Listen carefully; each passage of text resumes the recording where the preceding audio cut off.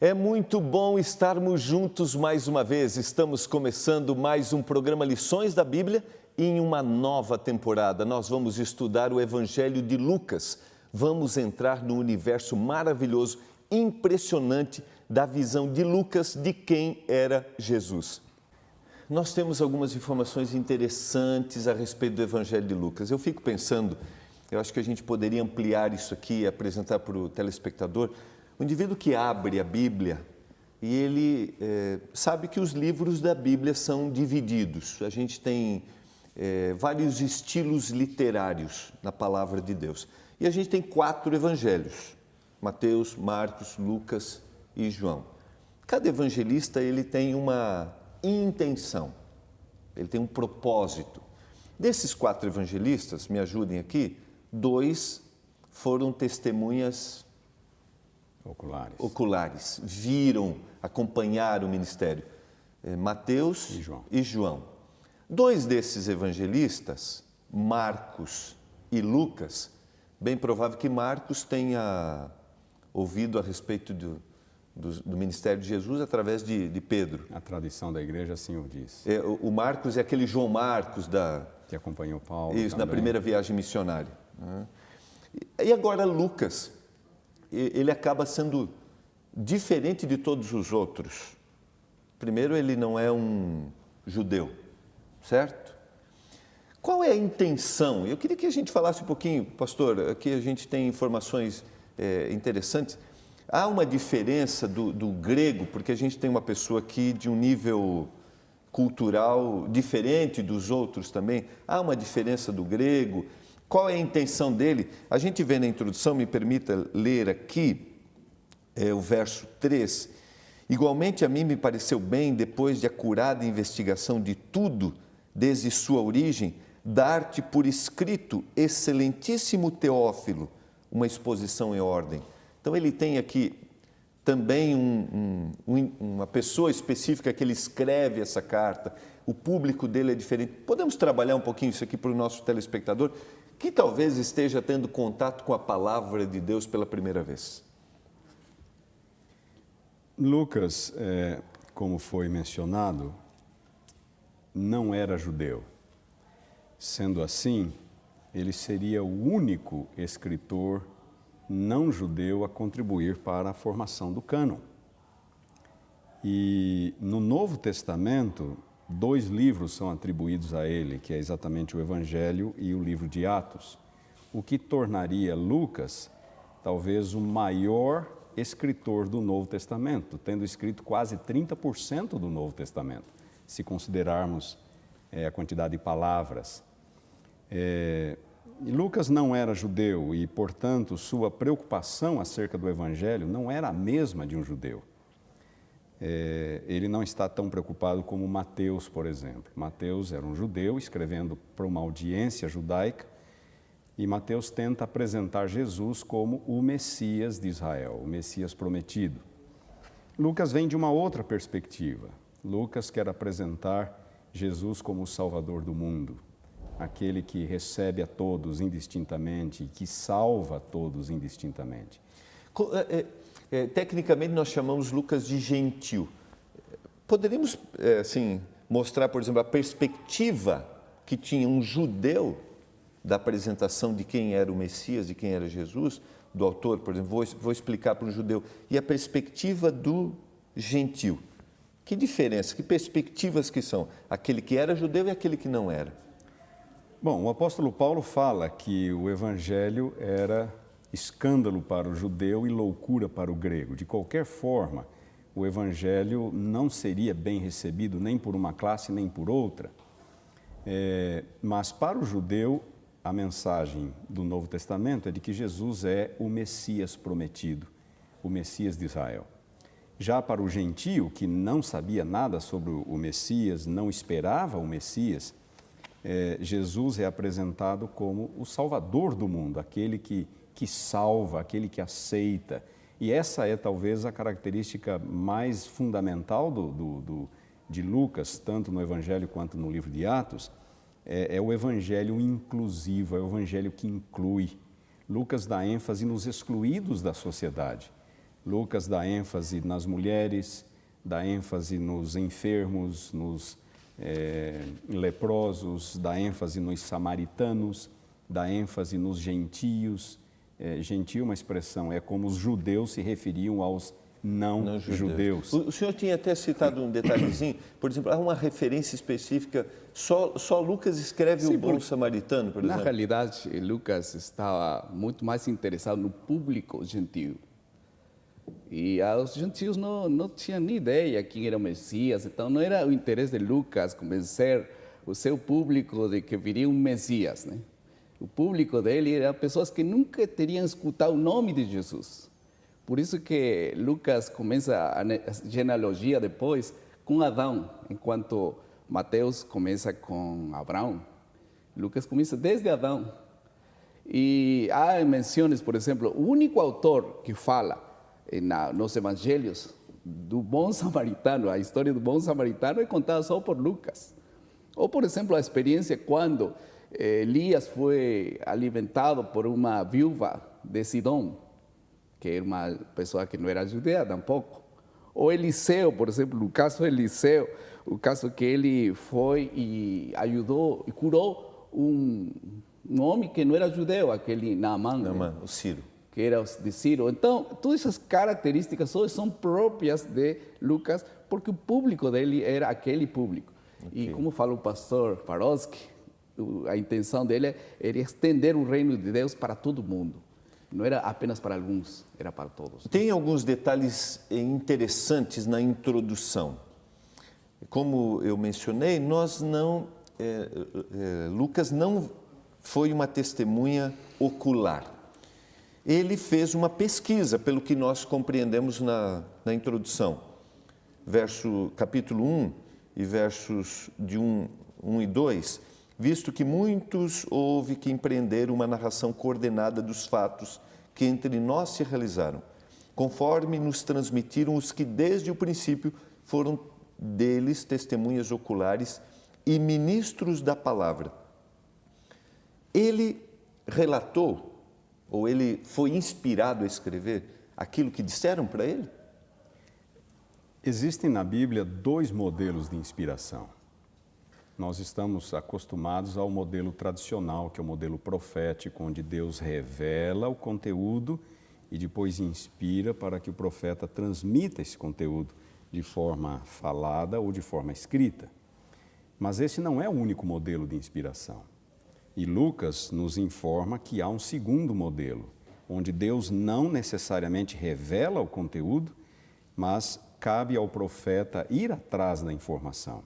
E o Espírito Santo, então, o guia para buscar a informação segura e para transmiti-la de forma confiável, transmitir aquilo que é importante para o propósito aqui em questão. E Lucas obteve essa informação em duas fontes, testemunhas oculares e livros já escritos sobre Jesus. Podemos datar aqui, pastor, só pastores, né, a título de informação, né, o Evangelho de Lucas, até a sequência dos evangelhos? Se pode dizer que Lucas provavelmente foi escrito antes do Atos, simplesmente, né? Porque Atos foi escrito depois de Lucas, a sequência de Lucas foi Atos. Então, se Atos foi escrito no ano 63, provavelmente, sem dúvida, alguns poucos anos foi escrito antes o livro de Lucas, né? E em relação aos outros evangelhos? Acredita-se que Marcos foi escrito primeiro, talvez ao redor do ano 50, e Lucas teria sido o segundo, ao redor do ano 60, 62, e Mateus um pouco depois. É difícil nós sermos exatos com relação a esta datação. João definitivamente foi o último a ser escrito. João escreveu seu evangelho já no finalzinho do primeiro século, talvez entre os anos 90 e o ano 100. Alguém que pegue, por exemplo, a Bíblia originalmente no Novo Testamento foi escrito na língua grega. Há uma diferença do texto original, a sua qualidade em relação aos outros escritos? Há uma diferença muito grande, porque no processo da inspiração, Deus não usa o escritor como um mero instrumento. Ou seja, Deus não dita o conteúdo, Deus inspira ideias, conceitos, E então o escritor escreve nas suas próprias palavras. Assim, Lucas era um médico, uma pessoa estudada, escreve de forma muito bonita, sofisticada. O grego de Lucas é um dos gregos mais elevados que nós encontramos no Novo Testamento. Já outros, como Pedro, que era pescador, escreve de modo muito simples. Marcos escreve de modo muito simples. João, que também era pescador, escreve de modo muito simples. Então, nós encontramos essas diferenças. O apóstolo Paulo também era estudado, mas o grego de Paulo não é tão difícil quanto o de Lucas. O difícil em Paulo é a abstração das suas ideias. Exatamente, as ideias que são. Nós vamos para o intervalo. Também, sim, pastor. É considerado também esse livro uma obra clássica grega, porque foi um grego muito bem polido, né? Agora, quero terminar essa parte dizendo que o que mais me surpreende de tudo isso é que Deus se preocupou com todas as pessoas. Porque eu sempre me perguntava por que é que existem 4 evangelhos para falar da mesma história. E é que Deus está preocupado não somente por algumas pessoas. No caso de Mateus, por exemplo, eles tinham que começar o livro com a genealogia, porque se ele não provava que ele era descendente de Abraão, ele não seria o Messias. Já Lucas não começa com isso. E Deus se preocupa por todos nós. E ao longo da história, sempre ele teve preocupação para que todos os lados da história fossem bem contados, de tal maneira que nós possamos ter uma impressão profunda de quem era Jesus. Esse é o propósito do livro de Lucas, foi muito claro, é mostrar uma ordem dos fatos. E, em segundo lugar, está bem claro que destacar que Jesus era real. No verso número 5, ele começa a detalhar algumas coisas específicas. E, finalmente, esse evangelho não era para alguns, era para todos. Ok, nós vamos ver isso ao longo do trimestre. E eu digo assim, nós vamos mergulhar numa explicação maravilhosa que é ver Jesus através da perspectiva de um gentio, através de Lucas. Na volta do intervalo, só queria que a gente falasse um pouquinho de Teófilo, o que a gente tem sobre Teófilo. Podemos falar um pouquinho sobre o Teófilo, rapidamente? Que informações que nós temos a respeito dele, porque Lucas escreveu tanto o Evangelho quanto Atos para o excelentíssimo Teófilo. Nós não sabemos quem era Teófilo. Os 2 livros, Lucas e Atos, são dedicados a Teófilo. Mas há um detalhe aqui interessante no versículo 4, Lucas 1, 4, para que tenhas plena certeza das verdades em que foste instruído. Isso aqui sugere que Teófilo era ou um recém-converso ou um interessado na fé. Agora, teria Lucas escrito só para uma pessoa? Também não. Tanto que o livro foi disponibilizado para nós no cânon. E todos os cristãos, ao longo dos séculos, em todos os lugares, têm se beneficiado do livro. Mas é possível que Teófilo tenha sido o que na antiguidade se conhecia como patronos libri de Lucas, ou seja, uma pessoa rica, de influência, que patrocinaria a produção e a circulação do livro. Okay. Porque a produção de livros na antiguidade envolvia custos. Lucas teve que tomar tempo para fazer pesquisa, para se assentar, para escrever, depois ele teve que preparar as suas cópias. Tudo isso envolvia custos.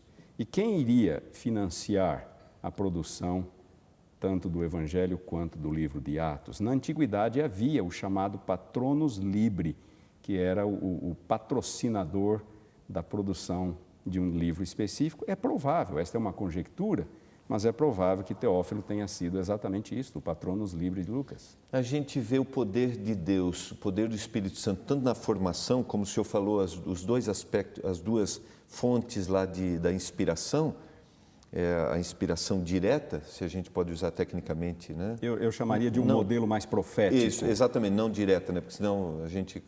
Mas aquele modelo profético e o outro da pesquisa. Isso. E nós vemos aí também a atuação do Espírito Santo para uma pessoa que acaba fazendo com que chegue até nós hoje, né? O poder de Deus por trás de cada detalhe de uma igreja a igreja cristã que estava surgindo e a necessidade que se espalhasse a palavra por todos os lugares. né? E especificamente aqui para aqueles que não esperavam o Messias, que eram os gentios, aqueles que não eram judeus.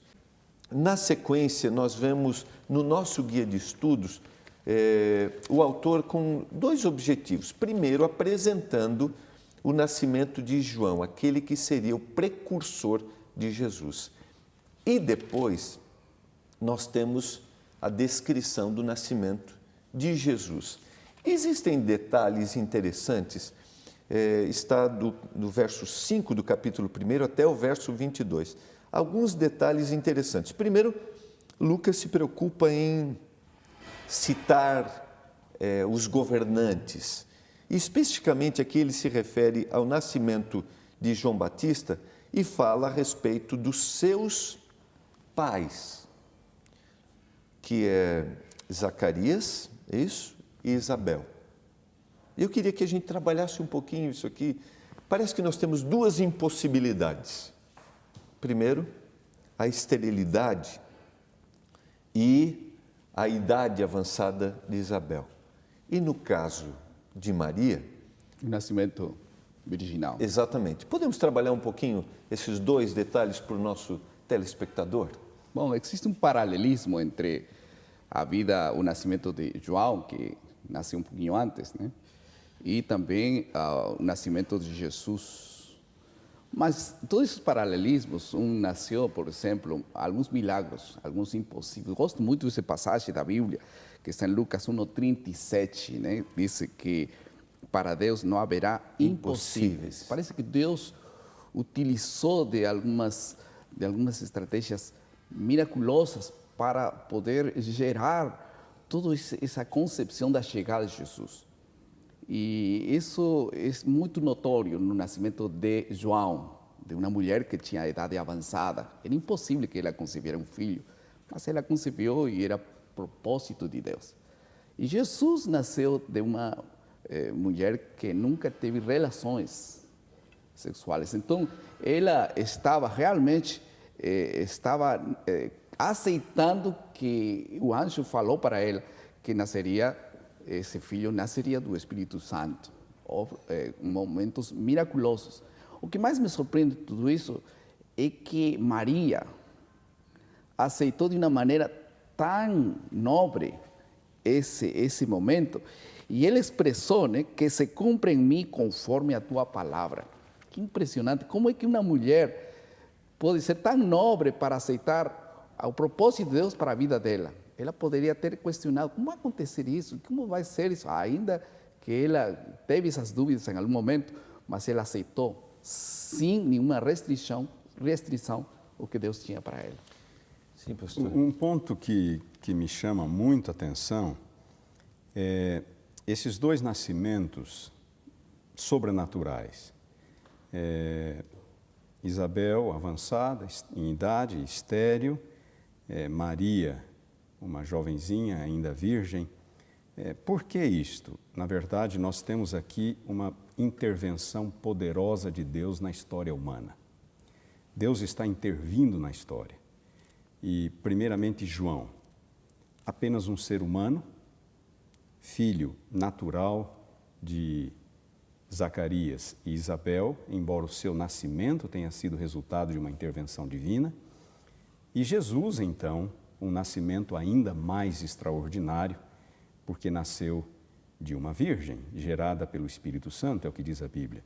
Então, Deus está intervindo na história. João Batista, preparando o precursor do Messias, aquele que viria para preparar o caminho para Jesus, e então Jesus, que é o personagem central do Evangelho, aquele que veio para dar a sua vida em favor da humanidade. Porque nós temos 400 anos de interrupção aqui, se eu posso usar a palavra interrupção, nós temos 400 anos.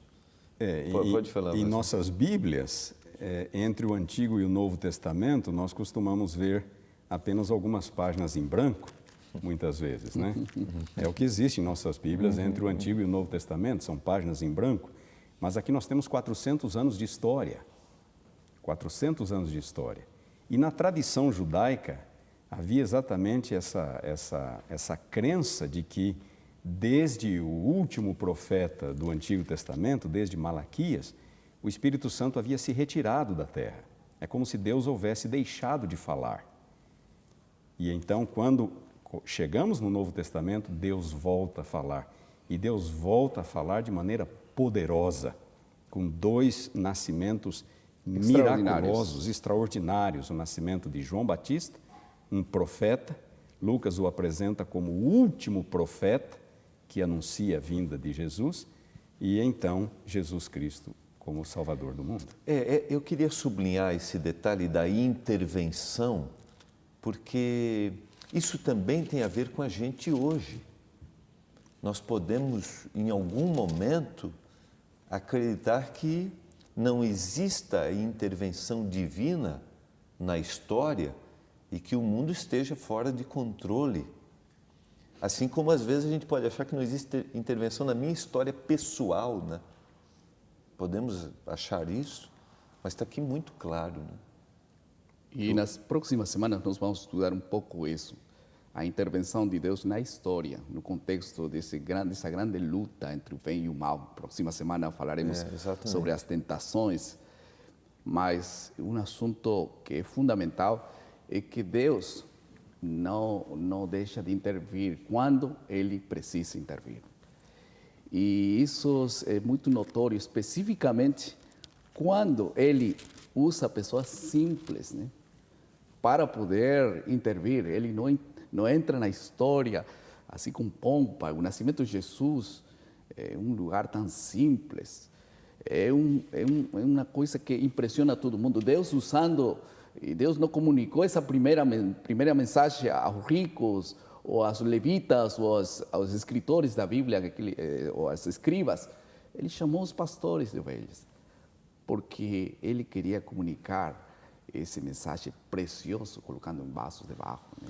Pastor, o senhor tem um comentário? Só um breve comentário, por favor. pastor. Voltando ao seu comentário anterior, parece que às vezes, você mencionou, parece que às vezes o mundo está à deriva, está fora de controle. Na verdade, há um versículo aqui no livro de Atos, capítulo 1, versículo 7, escrito por Lucas. Falando aos discípulos, Jesus diz: não vos compete conhecer os tempos ou épocas que o Pai reservou pela sua exclusiva autoridade. Por mais que às vezes possa parecer que as coisas estejam fora de controle, Deus está no controle de Amém. tudo. Amém. E tudo que acontece segue o seu plano superior, o seu plano salvífico, o seu plano redentivo para com a humanidade. Podemos não entender certos capítulos às vezes, mas Deus está no controle. E a história de o nascimento de João, o nascimento de Jesus, são evidências de que Deus está no controle e no momento certo Ele intervém na história e Ele age em favor do ser humano. Muito bom. Tem um outro detalhe interessante nos dois, que eu acho que vale a pena a gente colocar, que é a reação, tanto de Zacarias, quanto a reação que o senhor sublinhou, pastor, a questão da impossibilidade.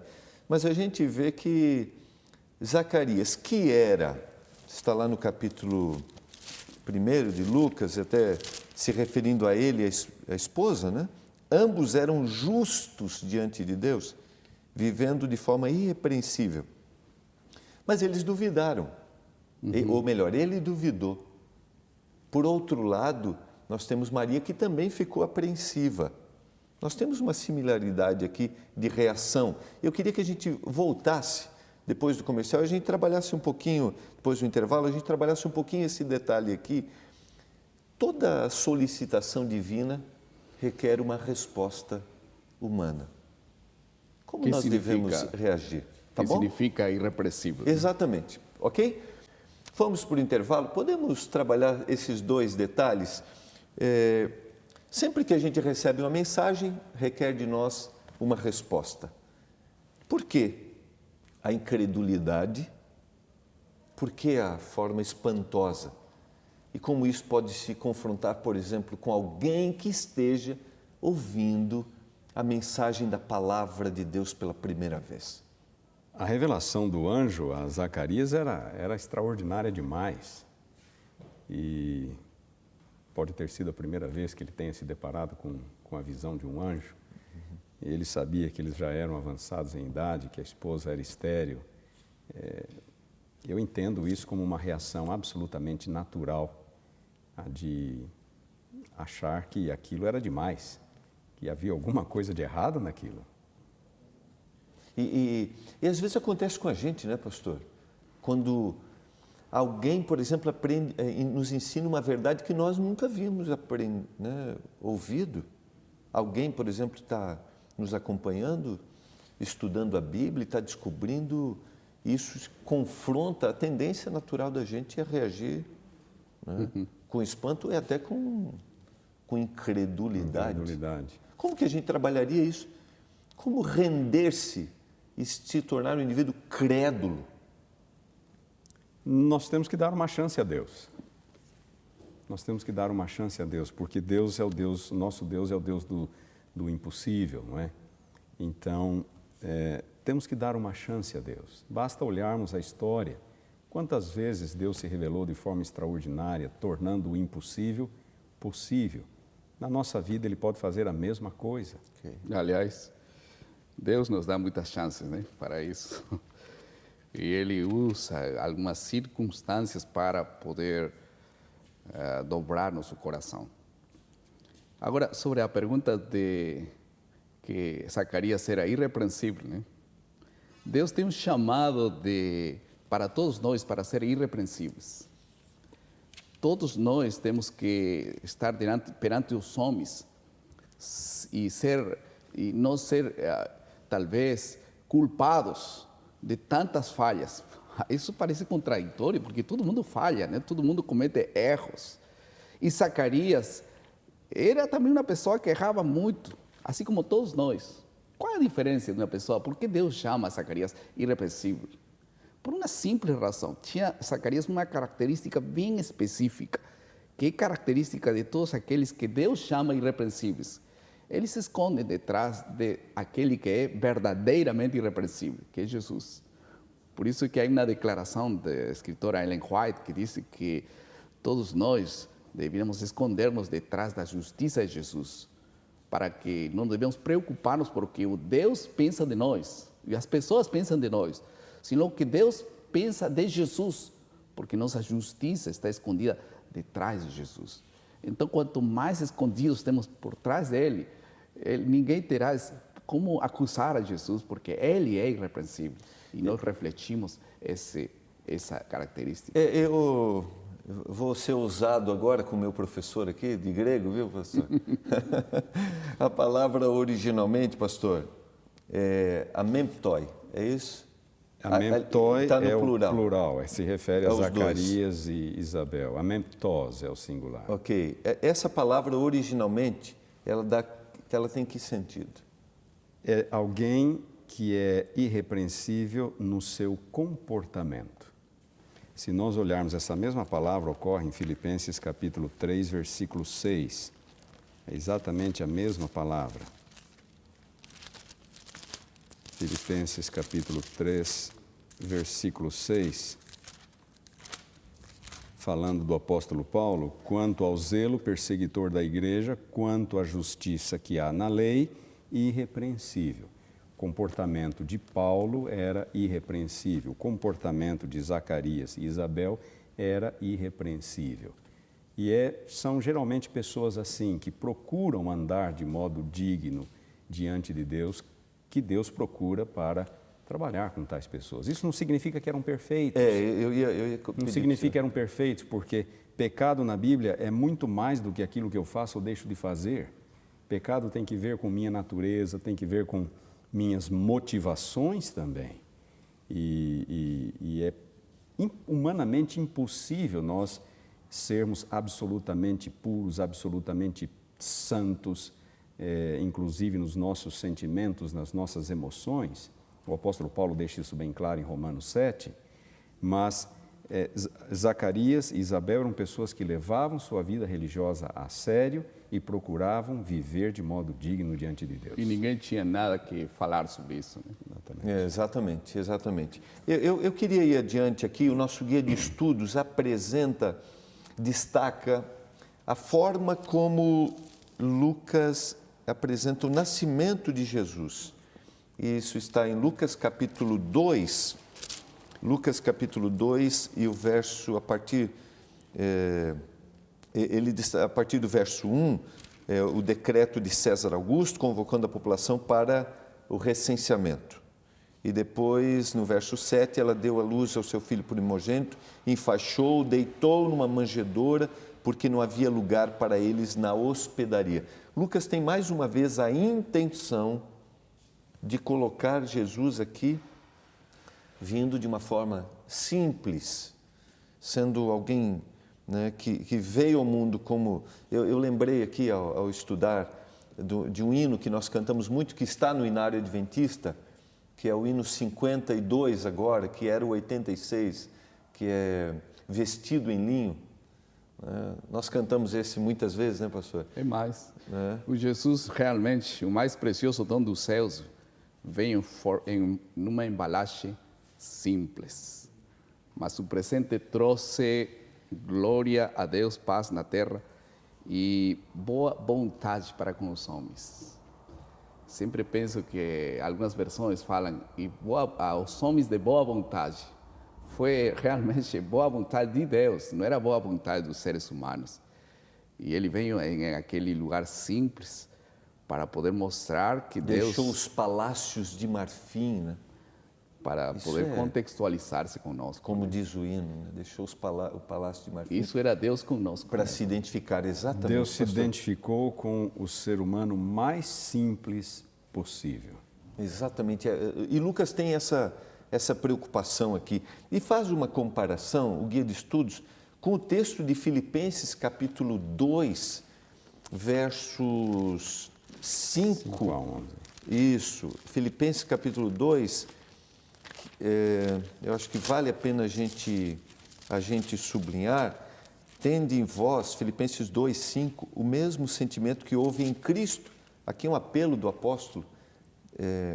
Pois ele, subsistindo em forma de Deus, não julgou como usurpação ser igual a Deus, mas se esvaziou. Aqui Paulo está apelando para que a gente tenha esse sentimento que houve em Jesus Cristo. Que diferença faz na vida aquele que tem o mesmo sentimento que houve em Jesus?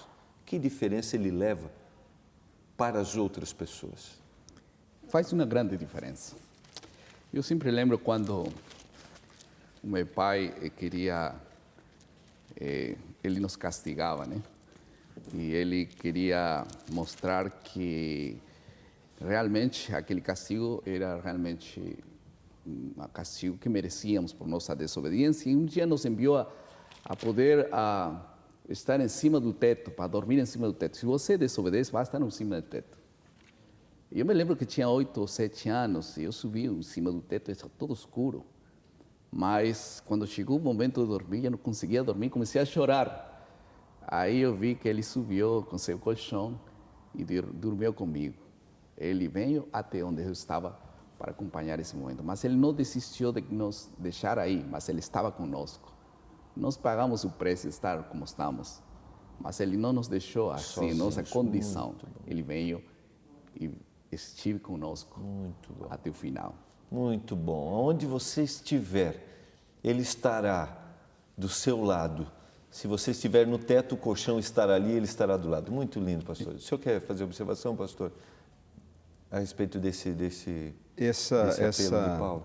O apelo de Paulo é para que nós nos humilhemos, porque a Bíblia fala que os que se exaltam serão humilhados, mas os que se humilham serão exaltados. Seguindo o exemplo de Jesus, à luz do que Deus é, à luz do que Jesus é, nós não somos nada e nós deveríamos seguir o exemplo de Jesus que deixou tudo e sermos pessoas simples, gratas a Deus por tudo aquilo que Ele nos dá, por tudo aquilo que Ele nos oferece ao longo da vida. E é um exemplo de humildade, é o apelo de Paulo aqui em Filipenses, capítulo 2. Muito bom. Nós temos no capítulo 2 e o verso 9 alguns detalhes interessantes a respeito Dos ênfases de Lucas. Dos anjos, exatamente, pastor. O senhor quer trabalhar esses 3 aspectos para a gente, que são muito interessantes? Lucas, Verso 9 a 12, só para Sim. o telespectador acompanhar na palavra. sim, Lucas se preocupa muito nesses versos de 3 especificamente ênfases do Evangelho de Lucas. Em primeiro lugar, a boa nova do Evangelho é para todos. Não é para um grupo de pessoas, porque no conceito daquele tempo, esse Evangelho era primariamente para um grupo de pessoas. E Lucas abriu esse conceito para mostrar que o Evangelho é para todos. E está isso no verso número 9, especificamente, e esclarecendo esse ponto. O ponto número 2 de ênfase é que Jesus é o Salvador. Não é João Batista, não é que você é seu próprio Salvador. Existe um Salvador que nasceu, que será o libertador, aquele que veio em forma de ser humano, e que seria o único Salvador. Não há salvação fora em outras coisas, em outras pessoas, só em Jesus. E em terceiro lugar, Jesus Cristo é o Senhor. Esses são os grandes conceitos, ênfases ao longo do Evangelho de Lucas. A gente encontra aqui princípios teológicos profundos a respeito da salvação. Para todos, O único, não há outra Salvador. forma, e é o Senhor. e Ele é Ele. Então, como fugir desses conceitos pode levar para a gente uma falsa visão de salvação? Na verdade, muitas pessoas acham que tem que fazer alguma coisa para a sua salvação. E há muitos que guardam os mandamentos de Deus achando que isto ajuda para melhorar sua imagem diante de Deus. Na verdade, se fosse assim, então Jesus não é o nosso Salvador integral. Nós também exercemos um papel na nossa salvação, mas esse não é o caso. O Salvador é Jesus. A Bíblia apresenta isso de modo claro, repetidas vezes, e não há nada que nós possamos fazer para a nossa própria salvação, a não ser cair de joelhos e confessar os nossos pecados e pedir perdão a Deus. Quando guardamos os mandamentos ou fazemos a vontade de Deus, não é para que isso melhore nossa imagem diante de Deus, mas apenas um gesto de gratidão, uma demonstração de quão gratos nós somos por aquilo que Deus fez por nós. Nossa imagem diante de Deus depende daquilo que Jesus fez, não depende de nossos esforços. Muito bom. Nós vamos concluir aqui, nós temos 2 minutinhos, que é o último episódio que o Guia de Estudos apresentou, que está em Lucas capítulo 2, versos 25 até o verso 32, que conforme o costume, todo menino judeu deveria ser levado, dedicado, no 8º dia ele deveria ser circuncidado e depois ele deveria ser levado ao templo, é isso? No 8º dia deveria ser circuncidado e levado ao templo, de acordo com a lei judaica. E a gente tem aqui, por que Lucas se preocupou com isso? Com esse detalhe, ainda que o público dele era gentil. Sim, por favor. À vontade, pastor. Por favor. Algum judeu também iria ler o livro. E independentemente, para todos, né? Ao final de contas. Independentemente disso, Lucas quer dizer que Jesus nasceu e desde o primeiro momento ele se adequou às práticas divinamente estabelecidas no Antigo Testamento. Jesus não foi diferente nesse aspecto. Foi um homem como outros, foi um menino como outros. E a gente vai ter a discussão da circuncisão também, né, pastor? Mais para frente aí, Sim. que de alguma forma foi um detalhe de embate entre judeus e gentios, né? Na igreja. Exatamente. De alguma forma você vê Lucas se preocupando também em apresentar esse ritual que era importante para o povo. Mas a gente tem aplicações bem detalhadas aqui. Eu só queria citar, por causa do nosso tempo... Simeão. Isso, de Simeão. Os 2 detalhes, são 2 detalhes, né? Rapidamente. Temos a Simeão no meio da história. E existem dois aspectos significativos do ministério de Jesus expressados por Simeão. O verso 34, estamos no contexto dos 2 capítulos. Esta primeira lição está falando dos 2 capítulos de Lucas, 1 e 2. E o capítulo 2, verso 34, fala: E Simeão os abençoou e disse a Maria, sua mãe: Eis que este é posto para a queda e elevação de muitos em Israel e para sinal que é contraditado. Isso que quer dizer que, através da vinda de Jesus, haveriam 2 grupos de pessoas, não existiriam 3. Os que aceitariam E os que rejeitariam. Os que seriam salvos e os que se perderiam. E o segundo aspecto, pastor? E o segundo aspecto tem que ver com o verso 35, a morte de Jesus. É uma espada transpassará, e uma espada transpassará também a tua própria alma. Se referindo a Jesus, a morte se de referindo Jesus. sim, mas Maria seria, a referência é Maria, é isso? Ou nós estamos referindo... Está falando de Jesus, Okay. seria transpassado. Jesus seria traspassado, mas aquela que teria a alma transpassada seria é Maria, porque no versículo 34, Simeão os abençoou e disse a Maria. Isso. Mas então, a referência é a morte de Jesus. O sofrimento que ela teria. Nós temos que encerrar aqui, nós temos que fechar aqui. Nós temos 2 aspectos aqui então, a salvação e a perdição, e nós temos a morte de Jesus que afetaria profundamente a mãe, ela, Maria.